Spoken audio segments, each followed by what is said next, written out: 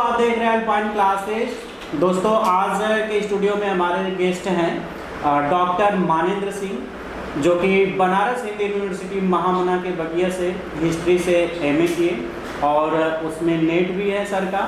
साथ में इसके बाद इन्होंने मास्टर्स जो कि लाइब्रेरी साइंस से किया, उसके बाद जेआरएफ क्वालिफाई करके और यहीं से पीएचडी भी की। आज सर मिजोरम में असिस्टेंट प्रोफेसर हैं, मिजोरम सेंट्रल यूनिवर्सिटी में। तो सर बहुत बहुत धन्यवाद आपका। तो पहले तो मैं ये बताना चाहता हूँ कि स्ट्रगल की कोई लिमिट नहीं होती है, ठीक है। आप स्टार्ट जहाँ से भी कीजिए, लेकिन एंड के बारे में मत सोचिए। आप अपने पैटर्न पे हमेशा रहिए और हमेशा आगे बढ़ने का प्रयास करिए।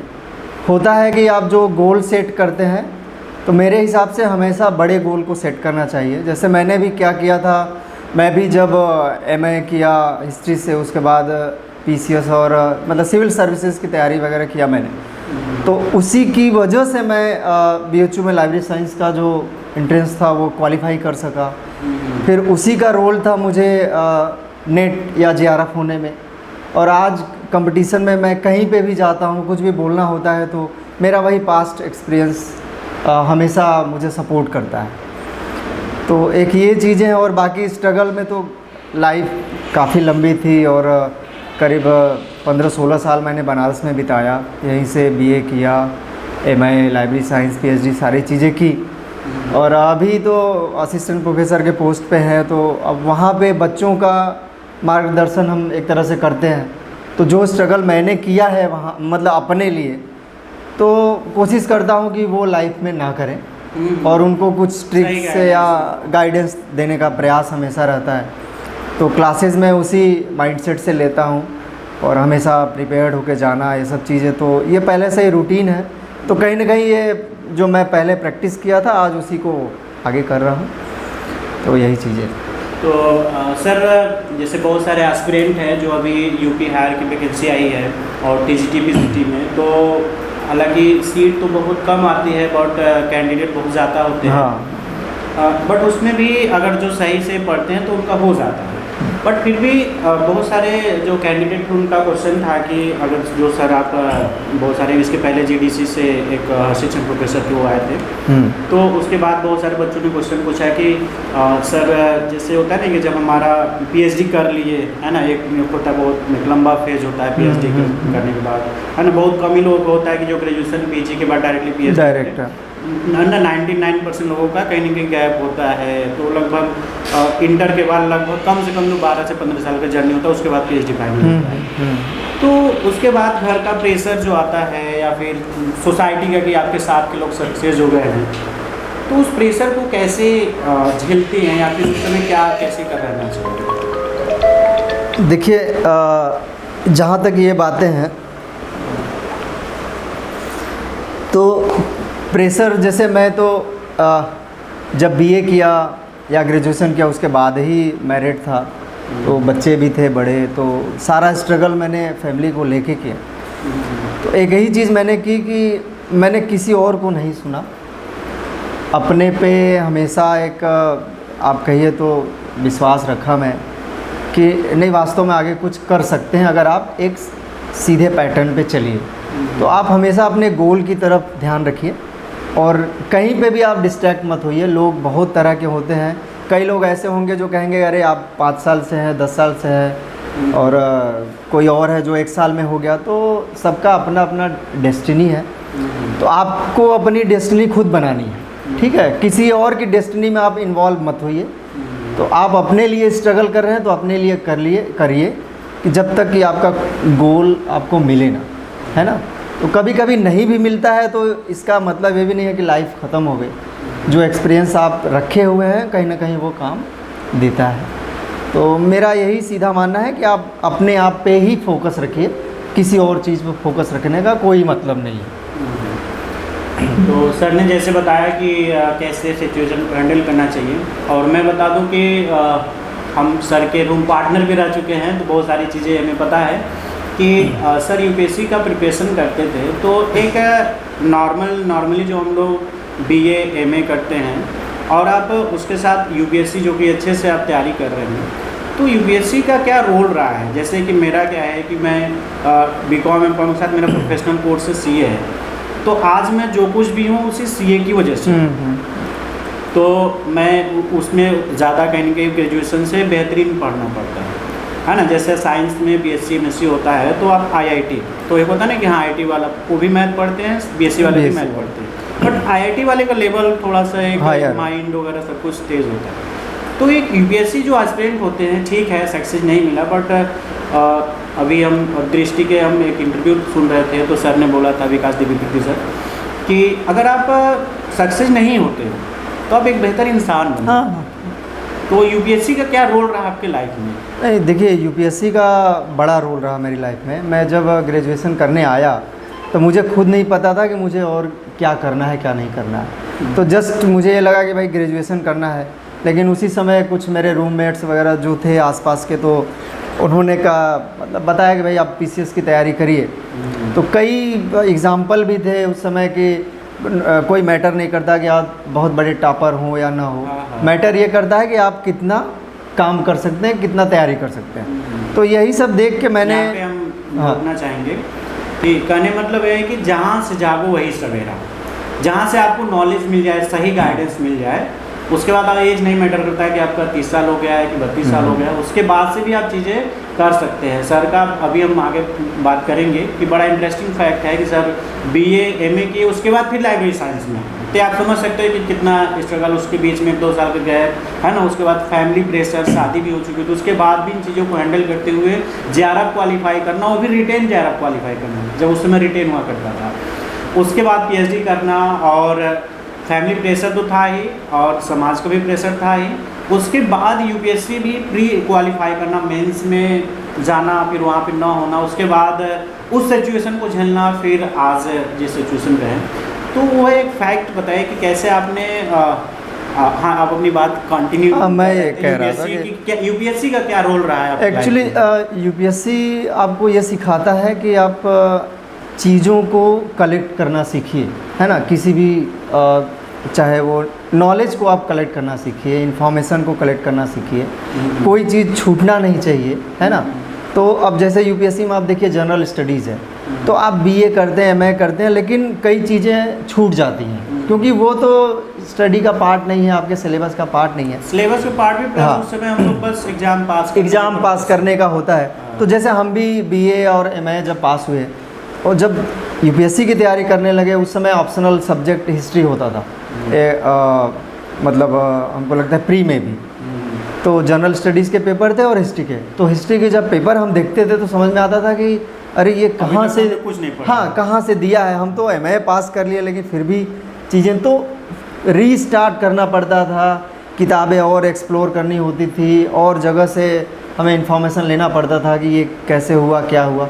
तो कहीं ना कहीं एक तरह से ये आपको मतलब एक संपूर्ण बना देता है यूपीएससी। अगर आप अच्छे मन से तैयारी करते हैं तो आपको संपूर्ण बना देगा उस सब्जेक्ट में, तो आप कहीं भी स्टैंड हो जाएंगे, कुछ भी कर सकते हैं। ज़रूरी नहीं है कि आप यूपीएससी ही क्वालिफाई करें। मतलब यूपीएससी अगर आप नहीं क्वालिफाई हो पाया तो बाकी एग्ज़ाम आपके जहाँ पे भी जाएंगे ना, वहाँ ऑर्डिनरी से एक्स्ट्रा ऑर्डिनरी, हाँ आप हमेशा रो में आगे ही रहेंगे आप, क्योंकि आप उस फेज़ को मतलब ऑलरेडी देख चुके हैं।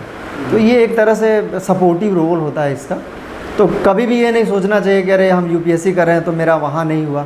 ऑप्शन बहुत है आपके पास, और ये सब जानता है कि 1000 सीटें आती है और 10 लाख लोग एग्ज़ाम देते हैं, तो जाहिर सी बात है कि 9,90,900 या कुछ लोग तो हट गए ना वहाँ से, 99,000 लोग। हमें वो भी डेट याद है कि जब आप फॉर्म आपका प्री निकला था, फिर मेंस नहीं हुआ, उसके बाद दोबारा जब आप फॉर्म भरने गए तो आप एक दिन, हाँ एक दिन आप फॉर्म नहीं भर पाए। उस दिन हम लोग कैसे काटे थे। उसके बाद तो आप सोचिए जिसका यूपीएससी सपना हो उसका फिर डेट खत्म हो जाएगा, है ना। उसके बाद फिर से अपना पूरा पीएचडी पूरा करना, तो आप समझ सकते हैं। यहाँ पे क्वेश्चन बच्चों का आया था कि सर लाइब्रेरी साइंस जो है, हाँ, बहुत कम लोग जानते हैं, तो उसके बारे में थोड़ा सा एक ब्रीफ इंट्रो। लाइब्रेरी साइंस देखिए कि ये यूजी में भी होता है या फिर किसके नहीं, लाइब्रेरी साइंस ये एक्चुअली क्या है कि आप ग्रेजुएशन करने के बाद किसी भी स्ट्रीम से आप ग्रेजुएशन, जैसे बीएससी हो, बीकॉम हो, जो भी हो, आप ग्रेजुएट हो जाइए। उसके बाद बीएचयू में भी लाइब्रेरी साइंस का कोर्स है, ये इंटीग्रेटेड कोर्स है 2 साल का। तो यहाँ पे बीलिव और एमलिव तो उसी को मिला के MLIS master of library information science का कोर्स है। तो आप इसके लिए जनरल एक एंट्रेंस होता है, उसके बाद अगर आप यहाँ पे एडमिशन ले लेते हैं तो 2 साल के बाद आपके पास मास्टर डिग्री होती है। तो ऑप्शन क्या है, जैसे मान लीजिए ये तो मैं BHU की बात कर रहा हूँ, बाकी और ओपन से भी बीलिव एमलिव होता है और यूनिवर्सिटीज़ से भी होता है। तो आप कहीं से भी अगर ये लाइब्रेरी साइंस का कोर्स कर लेते हैं तो मैं ये कह सकता हूँ कि ये एक पूर्ण रूप से प्रोफेशनल कोर्स है, क्योंकि यहाँ पे आपको स्कूल से लेके यूनिवर्सिटी तक लाइब्रेरी होती है या ग्रंथालय आप बोल सकते हैं, उसमें जितने पोस्ट होते हैं उसके लिए आपकी एलिजिबिलिटी हो जाती है। तो कहीं ना कहीं वो एक ऐसा एरिया है जहाँ पे लोगों का ध्यान थोड़ा कम है। लेकिन अगर लाइब्रेरी साइंस आप BHU से कर लें तो यहाँ पे डिपार्टमेंट अच्छा है, टीचर्स अच्छे हैं और काफ़ी एक्सपीरियंस टीचर हैं और यहाँ का सक्सेस रेट भी बहुत ज़्यादा है। तो हमारे साथ के जितने लोग PhD किए हैं, एमलिप किए हैं, लाइब्रेरी साइंस का कोर्स किए हैं, वो ऑलरेडी सब सेटल्ड है।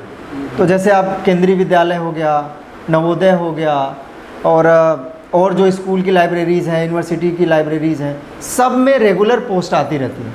तो अगर आप ये कोर्स करते हैं तो आपके पास चांसेस हायर हैं। आप कह सकते हैं कि अच्छा खासा स्कोप है इसमें। अच्छा खासा स्कोप है, हमेशा लोग जानते नहीं इसके बारे में, लेकिन बहुत ही अच्छा कोर्स है ये। और आगे आपके लिए जॉब की अपॉर्चुनिटी बहुत ज़्यादा है इसमें। तो मेरे हिसाब से अगर जो करना चाहें तो डिस्टेंस से भी करें, अगर आपके पास टाइम है तो आप रेगुलर भी कर सकते हैं। तो सर ने अपना एक ब्रीफ इंट्रोडक्शन दिया। अब 1-2 क्वेश्चन और है, हम लोग लास्ट पूछेंगे। बच्चों का क्वेश्चन यह है कि और खुद मेरा भी क्वेश्चन है कि जैसे हम लोग कोई जैसे यूपी हायर का है, प्रीलिम्स आई है, तो जो उसमें कुछ जनरल टेस्ट होते हैं 30 क्वेश्चन और 70 क्वेश्चन आपका अपने सब्जेक्ट। तो हर कोई अपना सब्जेक्ट जो होता है वो स्ट्रांग होता है। तो जो जनरल टेस्ट होता है ना, किसी का मन नहीं लगता या फिर मजबूरी में पढ़ना पड़ रहा है, तो अब कैसे उसको होता नहीं, कोई भी नया चीज़ अगर हमको पढ़ना हो तो उसमें कैसे अपना महारत हासिल किया जाए। जैसे आप MA से सीधे जब एमलिम में आए और अच्छा खासा उसमें JRF भी आप निकाले, तो सिंपल से मतलब ये है कि जब हम नया सब्जेक्ट कोई पढ़ते हैं तो उसमें कैसे कम समय में और अच्छा उसमें कुछ चीज़ें गेन करें। अच्छा, क्या स्ट्रेटजी? देखिए स्ट्रेटजी एकदम सिंपल है, आपको इंटरेस्ट दिखाना पड़ेगा, है ना। जितना इंटरेस्ट आपको आपके खुद के सब्जेक्ट में है, तो आप ये सोचिए कि मुझे जनरल स्टडीज़ में भी उतने ही इंटरेस्ट दिखाने पड़ेंगे। और अब जो क्वेश्चंस आ रहे हैं या पहले भी 4, 6, 8 साल से आ रहे हैं, आते थे, वो सब एप्लीकेबल है। कोई भी आप देखिए इवेंट्स, चाहे वो वर्ल्ड लेवल पे हो या कंट्री लेवल पे हो या आपकी सोसाइटी में हो, कहीं पे भी जो नया कुछ भी आता है जो सोसाइटी में इम्पोर्टेंस हो, उसकी गवर्नमेंट में हो या कहीं पे भी इम्पोर्टेंस हो, वो सारी चीज़ें जो है कि अप्लीकेबल है। तो आपको समझना पड़ेगा कि जैसे कल को कोई नया लैपटॉप का वर्जन आया, कोई मोबाइल का वर्जन आया, जैसे विंडोज़ के वर्जन आते हैं, है ना, गवर्नमेंट ने कोई स्कीम निकाल दी, प्लान निकाल दी, तो उसके पीछे गवर्नमेंट का आइडिया है कि भाई ये चेंजेस होने चाहिए, ये समय के साथ होने चाहिए। तो आपको उसी इंटरेस्ट से उसको पढ़ना पड़ेगा। तो जब तक आप चीज़ों में इन्वॉल्व नहीं होंगे, जो घटनाएं चाहे वो अंतर्राष्ट्रीय स्तर पे हो या राष्ट्रीय स्तर पे हो या इवन रीजनल स्तर पे भी जो हो रही हैं, अगर आप उस पर इन्वॉल्व नहीं होंगे तो आपको इंटरेस्ट नहीं आएगा, और इंटरेस्ट नहीं आएगा तो जस्ट आप उसको याद करेंगे और भूल जाएंगे। और जनरल स्टडीज़ में क्या होता है कि कन्फ्यूज़न बहुत होते हैं, तो उसका मेन कारण यही है कि आपको इंटरेस्ट नहीं है पढ़ने में। तो इंटरेस्ट आना बहुत ज़रूरी है कहीं पे भी, उसी हिसाब से आप पढ़िए। यहाँ पे एक शेर कह सकते हैं कि जिससे मोहब्बत है उससे शादी कर लो, जिससे मोहब्बत है उससे शादी कर लो, अगर जिससे शादी हो गई तो उससे मोहब्बत कर लो। हाँ, मतलब अगर आपको जनरल स्टडी पढ़ना है तो आप उसमें इंटरेस्ट दिखाएंगे आप तभी, क्योंकि अगर आपके पास इंटरेस्ट है तो जाहिर सी बात है कई चीज़ें आप ऐसे ही ऑब्जर्व कर लेते हैं, नहीं तो फिर प्रॉब्लम होती है ना। तो यही है। लास्ट में हम यही कहना चाहेंगे कि आप अपनी कुछ 1-2-4 जो स्ट्रैटेजी या फिर आपने पढ़ते समय क्या कुछ चीज़ों को फॉलो किया, कोई समराइज कर दीजिए। फॉलो में देखिए सिंपल है कि आपको पहले ये सोचना है कि हमें क्या पढ़ना है और क्या नहीं पढ़ना है। इन 2 चीज़ों को डिसाइड करिए। वो सिलेबस आप लीजिए और हमेशा सिलेबस के थ्रू ही जाइए कहीं पे, है ना, सिलेबस को फॉलो करिए। और सबसे बड़ी बात, सिलेबस 100% कभी प्रिपेयर नहीं करनी चाहिए। आप बर्निंग एरियाज़ को देखिए, 70% 60% भी आप प्रिपेयर कर लेते हैं तो इट इज़ इनफ। तो उसी हिसाब से आप तैयार कीजिए, खुद के नोट्स बनाइए, क्योंकि लास्ट में जब एग्ज़ाम का प्रिपरेशन होता है तो किताबों से या किसी मैटर के लिए आपको कहीं इधर उधर जाना ना पड़े। तो आप अपने नोट्स बनाइए कि आप प्रॉपर रिवीजन कर सकें उस 10 दिन में, 5 दिन में, तो वो रिवीजन बड़ा मैटर करेगा। तो इसी हिसाब से आप नोट्स बनाइए और क्या पढ़ना है क्या नहीं पढ़ना है ये देखिए, और हमेशा पढ़ने से ज़्यादा थिंकिंग करिए, चीज़ों को समझिए, और कभी भी डाइवर्ट मत होइए कि अगर आज आपने कोई टेस्ट दिया तो 10 नंबर आए तो पता लगा आप सोचेंगे कि हमसे होगा नहीं, ऐसा कुछ नहीं है। तो हमेशा आगे बढ़िए और लास्ट मोमेंट का इंतज़ार कीजिए। हमेशा लास्ट मोमेंट मतलब आप अपने एग्ज़ाम का इंतज़ार कीजिए, उसको अच्छे से दीजिए, और अच्छे से करेंगे तो होना तय है। ठीक है। तो दोस्तों, आज जो कि आपने देखा कि कैसे इन्होंने अपने स्ट्रगल के बारे में बताया, और आज जो कि बहुत ही अच्छे यूनिवर्सिटी में पोस्टेड है, तो एक बार फिर से आपका हार्दिक स्वागत करते हैं आने के लिए। बिकॉज पिछले 1 साल से लगभग हम लोग टच में थे कि आएंगे जाएंगे, बिकॉज सर आते हैं घर पे तो बहुत सारे घर के भी काम होते हैं। तो आज ये आए थे संकट मोचन दर्शन करने के लिए, तो और संजोग देखिए उसी समय हम फ़ोन किया और सब बोले ठीक है आ जाते हैं, और हो गया काम। तो आज के लिए इतना ही, और सर एक बार सब्सक्राइबर से बोल दीजिए कि चैनल को सब्सक्राइब कर देना। प्रभु जी मेहनत कर रहे हैं, है ना, हमारे मित्र हैं, तो आप लोग चैनल को सब्सक्राइब करिए, और जो कंटेंट वगैरह आते हैं उसको आप फॉलो अप करिए। यही गुजारिश है हमारी आपसे, और बहुत बहुत धन्यवाद आपको और सब्सक्राइबर्स को सबको। ठीक, thank you so much. Thank you.